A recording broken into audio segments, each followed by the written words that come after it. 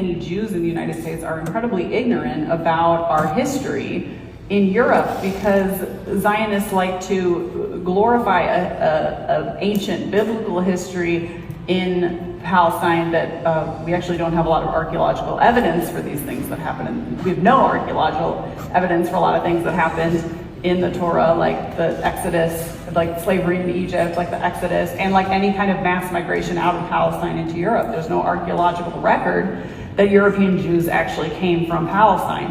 What we do have is millennia of history within Europe, but the Zionist narrative skips from the ancient Jews in Palestine to the Holocaust.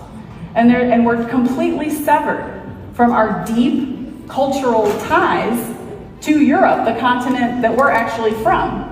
And so US Jews are incredibly, even people who've been in the Jewish community all their lives, who are Jewish educators, are incredibly ignorant about basics of our own history in Europe because that doesn't serve a Zionist narrative. So that history of silence, we're ignorant of the many, many celebrated Jewish authors who were anti-Zionists in the late 19th and early 20th century, people like Karl Kraus and Lucian Wolff.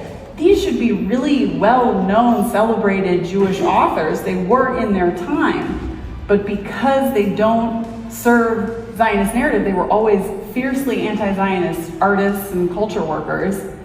They've been dropped from the canon of Jewish literature. They've been dropped into obscurity because the people funding Jewish cultural institutions are all Zionists, and the money's all coming from Israel.